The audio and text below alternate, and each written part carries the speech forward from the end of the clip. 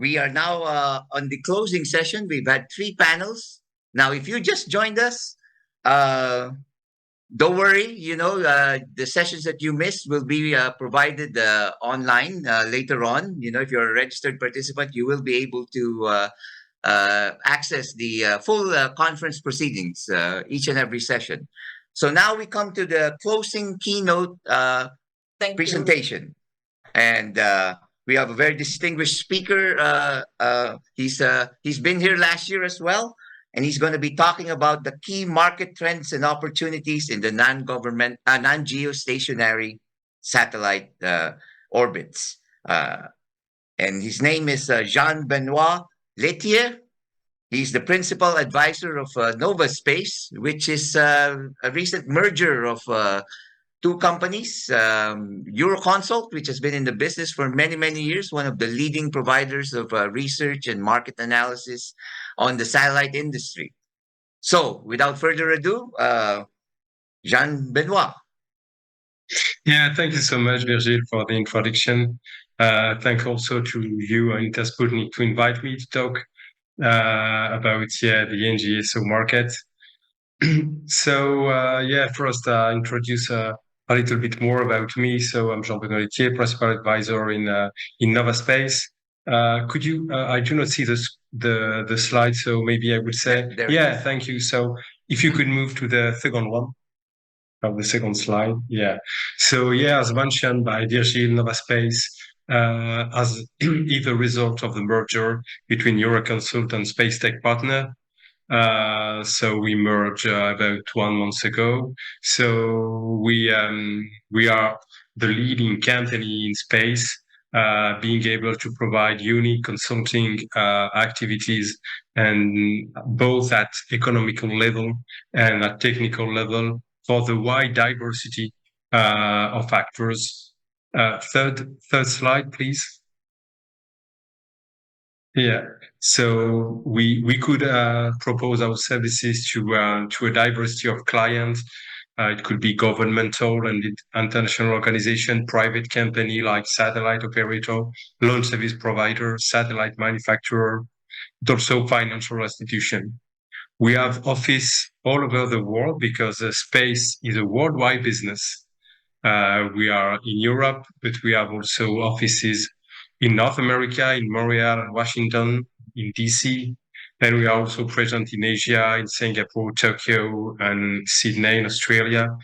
And we have also, even if it's not mentioned here, some people in Middle East, because the Gulf area is also a growing place for space activities. And maybe to conclude on this short presentation, we are about 130 persons to work in NovaSpace, and we are able to serve more than 100 clients all over the world. But now let's move to the topic of today. So next slide, please. Okay, thanks. So if we look at the satellite connected business, for the coming decade, we expect the market will grow, both at the market value will grow, both at service level and also at capacity level. If we look at service level, we expect an increase by about 20%, moving from $108 billion to $133 billion only at services. However, the growth is even more important at capacity level.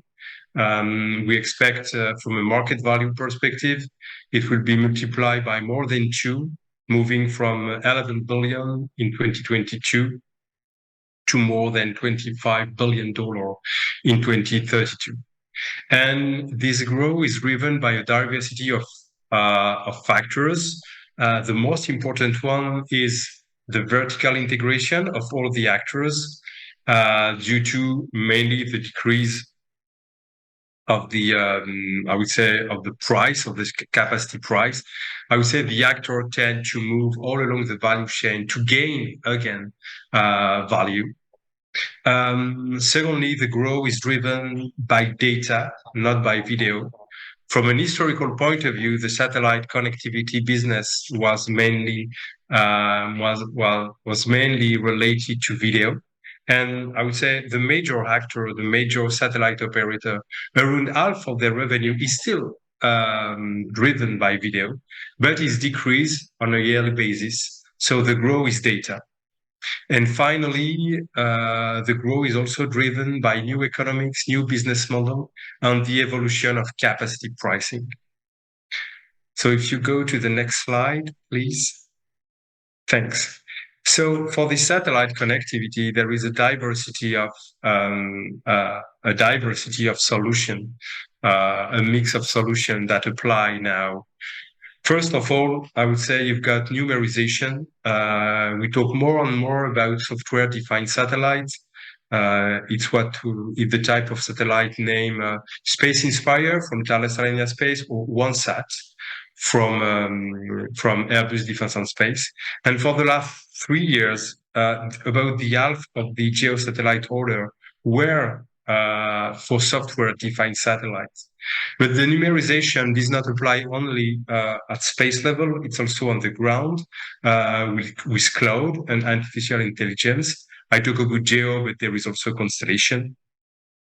We have new frequency also, and we have new industrial process, which logically impact, I would say, the satellite connectivity business, and logically the NGSO. If I had to make a comparison, I would say previously and still today, to make a classical geosatellite, you need several years. While with the NGSO constellation, you could produce several satellites per week.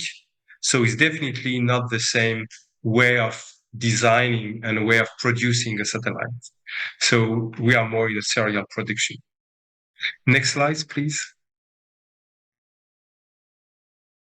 Thanks. So if we look the way it impact, all these trends, the way they impact the satellite connectivity market, you see that, as I mentioned previously, that the growth is driven by data and not by video. You see on the graph on the right at the top.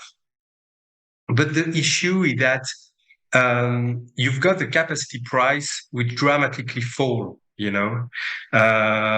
you look the forecast between 2023 and 2032, so in 10 years, it is forecast, the capacity price is forecast to decrease by 73%, which is quite massive. And one of the main reasons for that is that you will have more and more satellite capacity available. Once again, for the coming decade between 2023 and 2032, so in 10 years, the available satellite capacity will also be multiplied by a factor 10. It's also massive. And most of the satellite capacity come from NGSO, 96% of the satellite capacity available will come from satellite constellation. So you can imagine that with that, the impact will be really massive by such constellation. And finally, the satellite operator revenue is forecast to increase, relying on different type of strategy to take the most of NGSO. They could not ignore it, even the classical geo player, the legacy satellite operator. They could not ignore now the constellation, and they try to adopt specific strategy to gain business and market share with NGSO. Next slide, please. Next one. Thanks. So when we talk about constellation, we talk about mainly about MEO and LEO.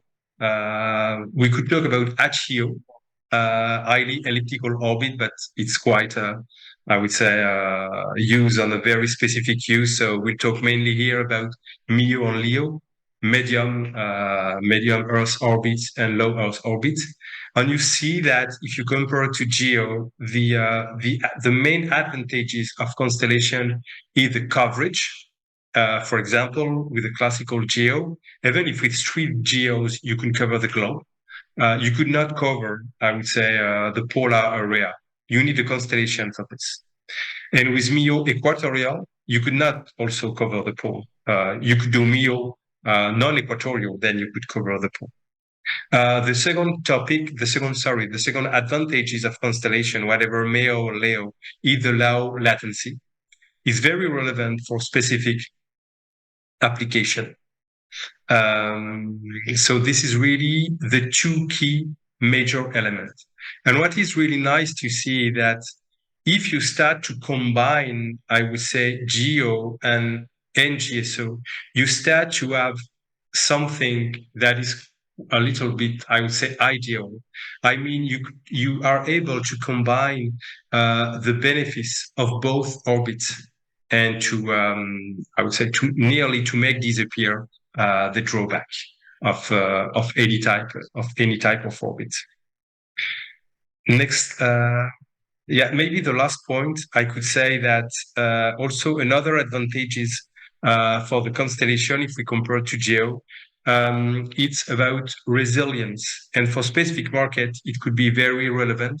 If you are only one GEO or a very limited number of GEO, if there is an issue with it, whatever the issue, it could be a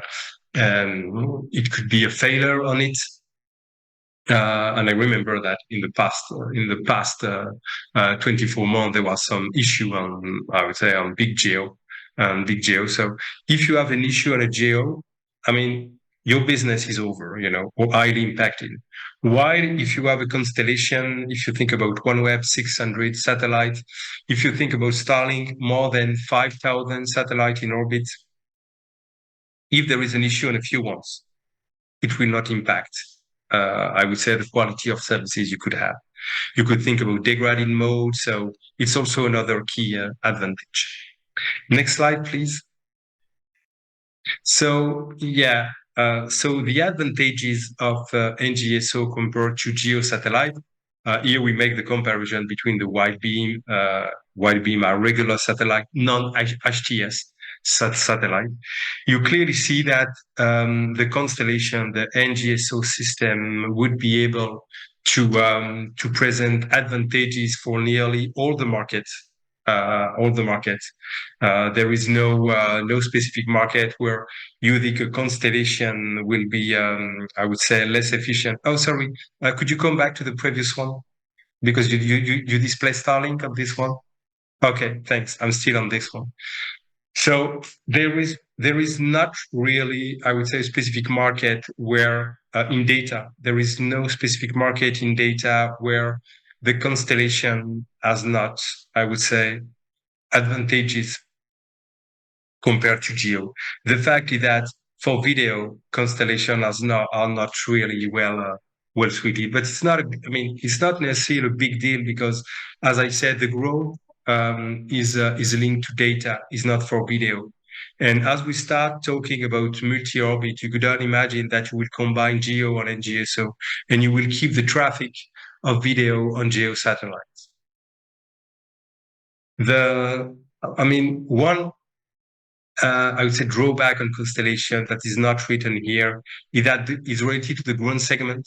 When you make a constellation, the ground segment is will be more complicated to manage, will be more costly, and also at user terminal level for the different end user, because with the constellation you target a huge number of users.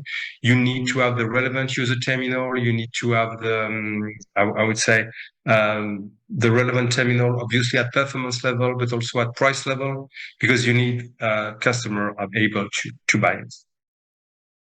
Next slide, please. Yeah, we could not talk with constellation without mentioning, I would say, Starlink, because they are the disruptor. Not only at constellation, they did it on the launcher first, and now they do it in Satcom. What would be the next step, by the way? Which market they will disrupt after? So you clearly see the increase, I would say, in 1 year between the end of 2022 and the end of 2023. I would say the increase on all the market segments is really important. As I mentioned, they are the disruptor, so they are the first mover, quite aggressive with the with a pricing strategy. They are able to sell the user terminal with at a price lower than the cost to guarantee, I would say, massive adoption. It contributes to a polar coverage. They have also inter-satellite link, so it optimized, I would say, the business plan and the operation of the satellite. They were able to have strategic partnerships, but also classical geo player have also partnership, especially I would say with cruise provider, with also military. For example, you've got ECS. We had a specific contract with the US DoD previously with O3B. Now with O3B Empower, they also sell capacity to NATO. So they have also, I mean, legacy player have also strategic partnership, and also the deployment in Ukraine. Since I think the beginning of the war was really has been obviously commented a lot and seems to have efficient impact for the soldier. And finally, what is really important is that the fact that they are able to provide massive quantity of throughput lead us to not necessarily implement SLA. So they do not guarantee services. And for some of the market, I mean, it's enough. They could deal with it. If for consumer broadband, I mean, it's not necessarily to have an SLA. So it fits to customer needs. And at the same time, it's allowed to reduce the cost. And then Starlink is able to offer a lower price to the customer. So next slide, please, and the last one. So we talk about NGSO here, but I started a few slides before to introduce multi-orbit, because what is important is that now NGSO is here. The satellite operator could not do without. They know to have to deal with it. So what they do is try to adapt. So if you look at satellite operator point of view, most of them, they adopt a specific strategy. I think about Eutelsat Group, which combine their activity with OneWeb, SES, which has, I would say, GEO on MEO, but which was also able to agree with Starlink to propose an end-to-end services for cruise ships, and it's a very relevant. I would say, attitude, because they have a competitor and they know they have to deal with it. So they decided, instead of to compete on all the market, they decide also to cooperate on specific markets. So it's it's a very relevant strategy.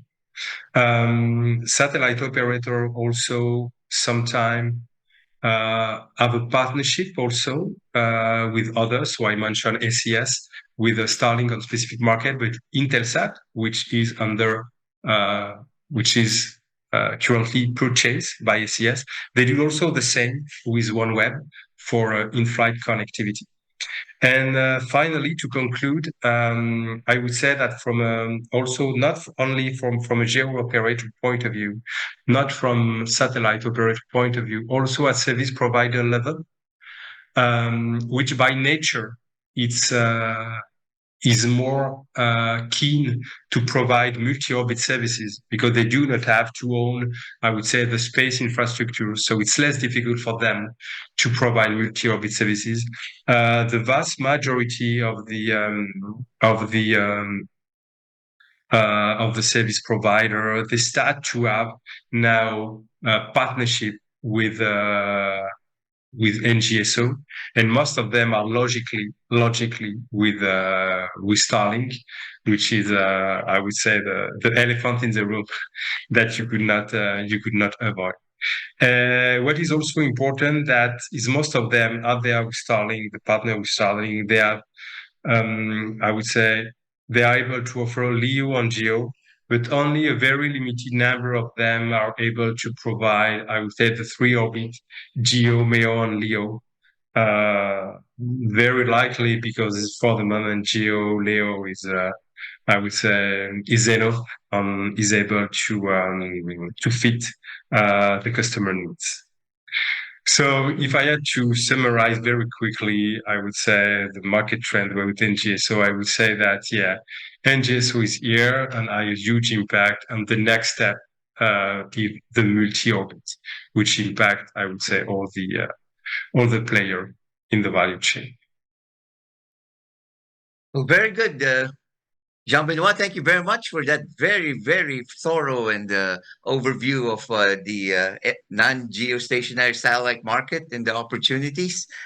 We have a question from one of the registered participants, actually, from Bruce Elbert, who's a consultant, and he used to work for Hughes, actually. He built a lot of these ground stations. He said it'd be interesting to know. By the way, he commented you on your slide number 7. On how well that really reflects the advantages of MEO, LEOs, and GEOs. But he wanted to know that how well can you fill up, like GEOs have been able to have at least 90% satellite capacity sold, right, loaded. In your slide number 6, you mentioned that in 10 years, 98% of the capacity will come from LEOs. So how well can they fill up all that capacity? It's a very good question. It's one thing to have available capacity, I would say, of space launching satellite. Mm-hmm. But okay, the idea is to sell it to earn money. So I think one major driver. There are several ones, obviously, but one major driver, if you want to be sure that you can sell the most of the capacity, is to be able to reach your end users. And for me, one major element is the terminal. Mm-hmm. So you need to, it's really dependent on the market, Mm-hmm. But you really need to be sure that you have the relevant terminal for the relevant market. If you look at consumer broadband, the price that the customer will be able to pay, I would say, will be quite low. So you need to be able to be sure that the customer could access, to a relevant, I would say, terminal at a good price. Mm-hmm. I think this is something I don't remember exactly where I read it, but Amazon thought at the time to offer, the terminal for free to the, I would say, to the customer of the Amazon website, Mm-hmm. So it's a quite aggressive strategy, but for the consumer broadband market, it could be very relevant. Now, if you go to the military market, the needs will be different. It's not the same type of terminal. For example, I was talking about multi-orbit, but if you want them to be sure that they buy your capacity and they really use it, I think it could be relevant to be able to provide a multi-orbit terminal. The price sensitivity of this market is different. Military is less sensitive to the price, so they are able to pay more. But if you are able to provide them, I would say, a multi-orbit terminal, which guarantee 100% access to satellite capacity, that is resilient, that is always available, that can resist, that are the relevant security level, that cannot be jammed. So I think this is also a way to guarantee that this capacity will be sold. And I could end by the aero market, Mm-hmm. If the aero market, when you put terminal, on the aircraft, also it's a very relevant market for multi-orbit. On terminal is key because when you put several antenna on an aircraft, it leads to a major impact, drag, then less revenue, more fuel consumption. So once again, you need to have the relevant terminal. So I think, being able to provide the relevant terminal, the relevant quality of services, mm-hmm. for the different market segment, I think it's key to be able to sell all your capacity. Right. So I take it you have projections 10 years ahead that Leo will still be Yeah. around and that they'll be responsible for most of the capacity. So I take it you're bullish on Leo. You think it's a long-term thing, not just a novelty. You mean the fact there will have lots of NGSO constellation, lots of Yes, NGSO capacity? yes. Yeah, That they will yeah, be sure, permanent. They will be permanently part of the satellite ecosystem, so to definitely. speak. Yeah. Well, I mean, I think, yeah, I mean, it's here to last for, I would say, quite a time. Mhm. It's quite challenging to predict what will happen in 20 or 30 years, but I would say for the coming 10 years, it will, it will last. GSO is not dead. Geo is not dead. You know, there are still elements where Geo are relevant. I'm mentioning about video, Right. but also if you want to add on a specific geographical area a huge level of capacity, Geo are the best one. You know, Mhm. and so Geo is also here, and you see that. Well, but here we talk more about the geo market. Mhm. You see that there is a growing demand for small satellites, which are less expensive, which has, I would say, not huge amount of capacity, but which could be able to fit a specific need on geographical area. If you see what's happened with, I would say, with the sale of Swill 212 satellite, which sells Mhm. satellite to Inmarsat, to Intelsat, MicroGeo from Astranis also. So there's still room, for geo. Right. Uh, Well, on that note, we finally come to the end of this conference. But those of you who came in late or just missed some of the conference, I want to reiterate that we will actually be posting the full conference proceedings online in Satellite Markets and Research, YouTube, and other channels. So watch out for that. And we come now to the end, and they tasked me with giving a short closing summary and just to my key takeaways from today's session, in 3 hours, we started at noon Central Europe time. It's now 3 o'clock. In 3 hours, we covered a lot of ground. I think if you came from the beginning to the end and you didn't know anything about the satellites, you have enough knowledge at least to have a very very informed.